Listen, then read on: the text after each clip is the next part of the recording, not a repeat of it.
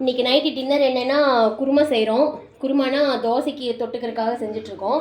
So அதில் என்ன இன்க்ரீடியன்ட்லாம் போடுறோம் அப்படிங்கிறத கொஞ்சம் நீங்கள் பாருங்கள். இந்த குருமா வந்து நிஜமாகவே நல்லாயிருக்கும், பாருங்கள். ஃபஸ்ட்டு வந்து நான் சோம்பு போட்டிருக்கேன். சோம்புனா பெரிய சீரகம். அதுக்கப்புறம் பார்த்திங்கன்னா தேங்காய் போட்டு கொஞ்சம் குறைன்னு அரைச்சிக்கலாம்.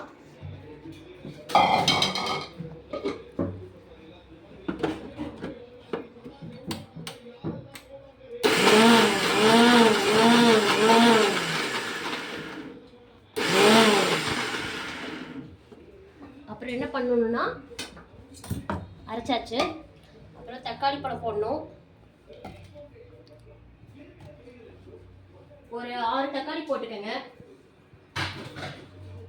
6 தக்காளி போட்டிங்கன்னா ஒரு 5 பேர் சாப்பிட முடியும்.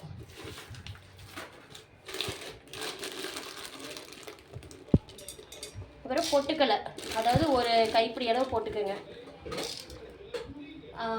ஸ்பூன் கணக்காக சொல்லணும்னா ஒரு 3 டேபிள் ஸ்பூன் போட்டுக்கோங்க, அது நல்லாயிருக்கும்.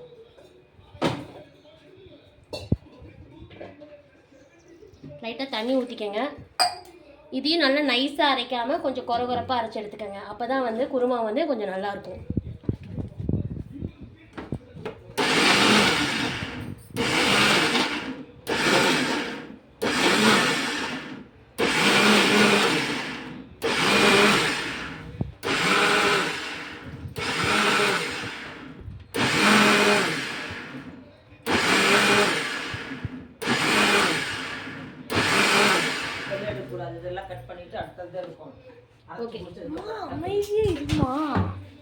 இப்போ அரைச்சாச்சு, ஓகேங்களா? இப்போ நம்ம என்ன பண்ணுறோன்னா குருமா வந்து தாளிக்கிறது எப்படி அப்படின்னு நான் சொல்லிடுறேன். இப்போ ஸ்டவ் பற்ற வச்சுக்கலாம். ஸ்டவ் பற்ற வச்சுட்டு அதுக்கு தேவையான ஆயில் ஊற்றுறோம்.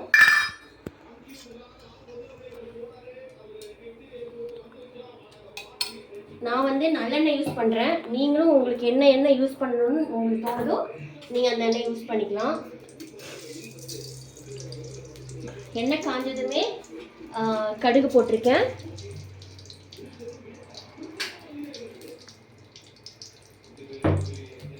ஃப்ரெண்ட்ஸ், கடுகு பொரியட்டும். நான் வந்து இங்கே என்ன அறுத்து வச்சுருக்கேன்னா பெரிய வெங்காயம் ஒரு 3 அறுத்து வச்சுருக்கேன். சின்ன சிறுசுலேயே கொஞ்சம் பெருசாக எடுத்து 3 வெங்காயம் அறுத்துருக்கேன். ஒரு தக்காளி, ஒரு 2 பச்சை மிளகா, கருவேப்பிலை கொஞ்சம். மேக்ஸிமம் கருவேப்பிலை நிறையா சேர்த்திக்கங்க, ஏன்னா அது வந்து ஒரு மருத்துவ குணம் உள்ளது. அதனால் நிறையா குழந்தைங்களுக்கு வந்து அதை எடுத்து போடாமல் சாப்பிட்றதுக்கு அனுமதி கொடுங்க, சொல்லிக் கொடுங்க. சாப்பிடுங்க அப்படின்னு சொல்லிக் கொடுங்க. எங்கள் வீட்டை பொறுத்தளவுக்கு நிறைய கருவேப்பிலை நாங்கள் யூஸ் பண்ணுவோம்.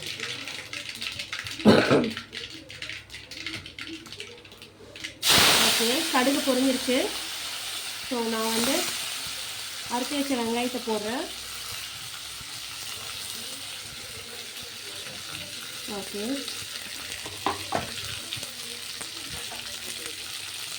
இப்போ நல்லா தொலாவணும்.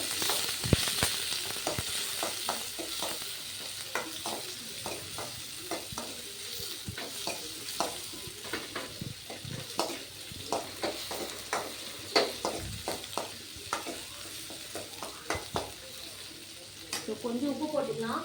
உப்பு போட்டோம்னா வெங்காயம் கொஞ்சம் சீக்கிரம் வறுபட்டுரும். கொஞ்சமாக தான் போட்டுக்கேன்.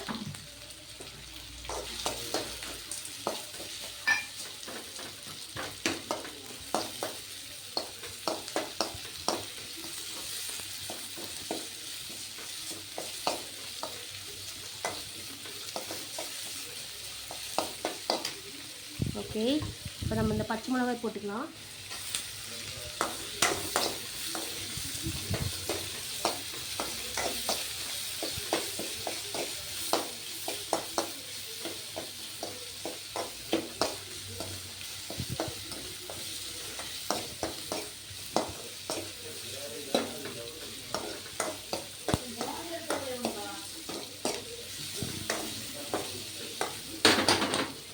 ஓகே, வணங்கிட்டு இருக்கட்டும்.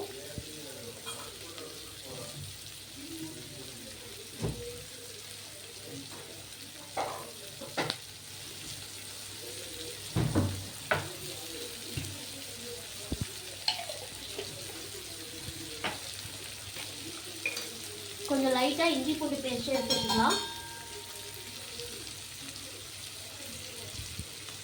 கொஞ்சமாக போட்டுக்கலாம்.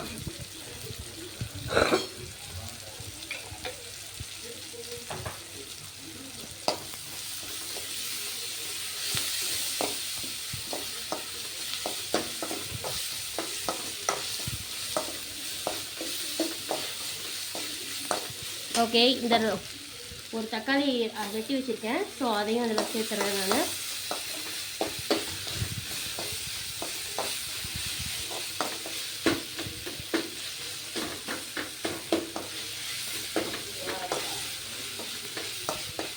ஓகே, கொஞ்சம் லைட்டாக சிம்மில் வச்சு வதக்கிக்கலாம்.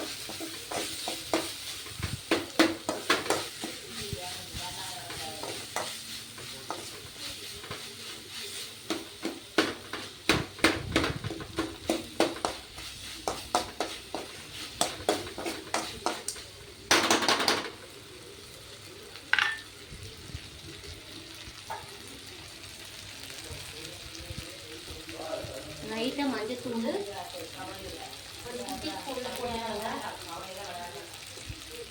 மஞ்சத்தூள் போட்டிருக்கேன்.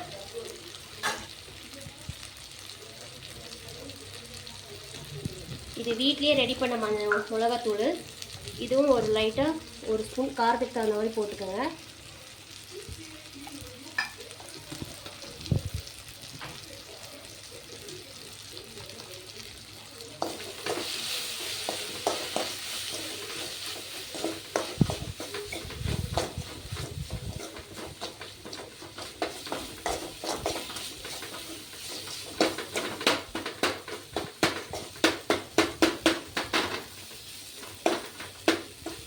ஆக்சுவலாக நான் 2 பிளாக் போட்டது பார்த்திங்கன்னா ப்ரிப்பேர் பண்ணிட்டேன்.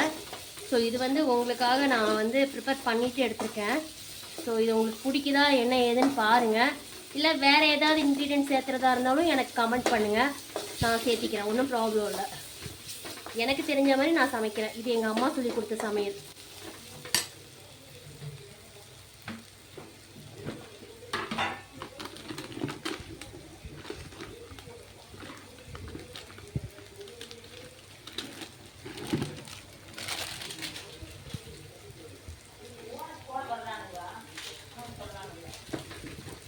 லைட்டாக சிக்கன் மசாலா ஆட் பண்ணிக்கோங்க. ஒரு ஸ்பூன் போட்டிங்கனாலே போதும். கொஞ்சம் காரத்துக்காக தான் இதை நான் சேர்த்திக்கிறேன். டேஸ்ட்டும் நல்லாயிருக்கும். அதுக்கு தகுந்த மாதிரி கொஞ்சமாக சேர்த்திக்கோங்க.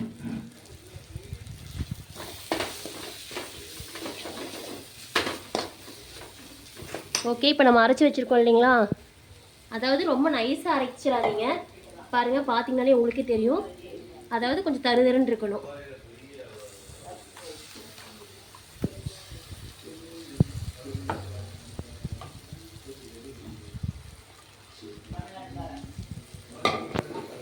இப்போ ஜார் கழுவி உள்ளே ஊற்றிடலாம், தண்ணி ஊற்றிடலாம்.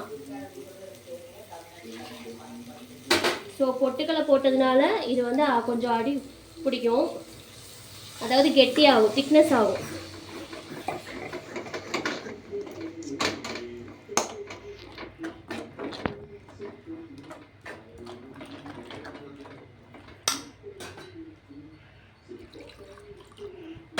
ஸோ கொஞ்சம் கெட்டியாக இருக்கும். அதனால் ஓரளவுக்கு தண்ணி ஊற்றிக்கங்க. ஒரு 2 கிளாஸ் அந்த மாதிரி தண்ணி ஊற்றுங்க.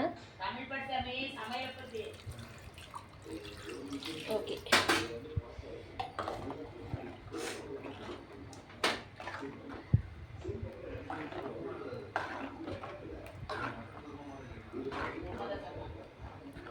அவ்வளோதான்.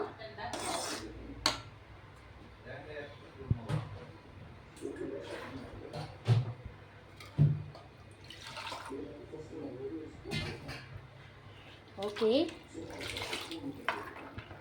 இப்போ உப்பு போட்டுவான்னு பார்த்துக்கலாம்.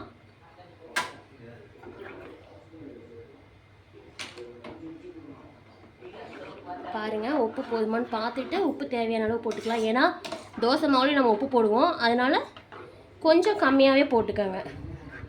தோசைக்கும் இந்த குருமாக்கும் ஈக்குவலாக இருக்கிற மாதிரி உப்பு ஆட் பண்ணிக்கோங்க. பத்தலை. நான் வெங்காயம் வணங்க தேவையான அளவுக்கு தான் போட்டிருக்கேன், உப்பு போட்டிருக்கேன். இப்போ போட்டிருக்கேன். நான் மேக்ஸிமம் கல்லுப்பு தான் யூஸ் பண்ணுவேன். ஸோ நீங்களும் எல்லாருமே கல்லுப்பு யூஸ் பண்ணுங்கள்.